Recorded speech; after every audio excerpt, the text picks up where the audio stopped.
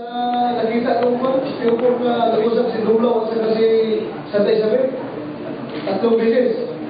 2 beses dito sa isang beses dito sa parking lot ng malapit sa isa, Kaubang. Isang beses doon sa Training Service. Isang beses naman dyan, bumalik naman dyan sa Kaubang. Bago pumasok dito sa Vicente, para patayin. Nag-usap sila doon. Kaso ngayon, magpa-islang-islang pa na English Dulaw kung interviewin. Kunyari, walang alam, kunyari, matino, isang pa, smile pa. Tapos kung kaharap ko, parang bata na hindi alam kung ito parang gusto bumulong sa sa'yo. Kung media kaharap pa, I was not implicated, I was not around. Hindi mo kayo yung putang ng gusto. Your last question from after that.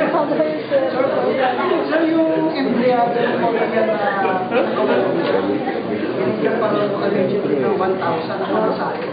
Yung empleyado na kasama sa Maid. Katulong. Katulong maid. Oo. Sir, yung status na rin kayo? Siya yung isa naming principal witness, si Marisa Dawis. Kasama yan na abduct. So, kinuha nila, sinama dito rin sa TS, and then, nung mga alas 8 ng gabi, after bago sila kumain, dinala ni Santa Isabel sa somewhere in Cubao.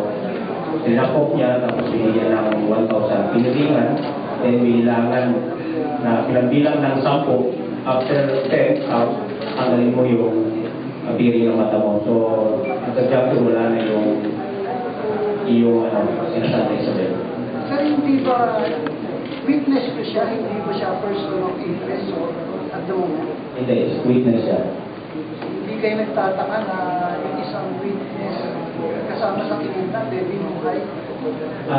Hindi naman, kasi siya nakipagtulungan talaga. Actually, siya nag-seek ng refute sa TV5. And then, nagpatulong na madala sa amin.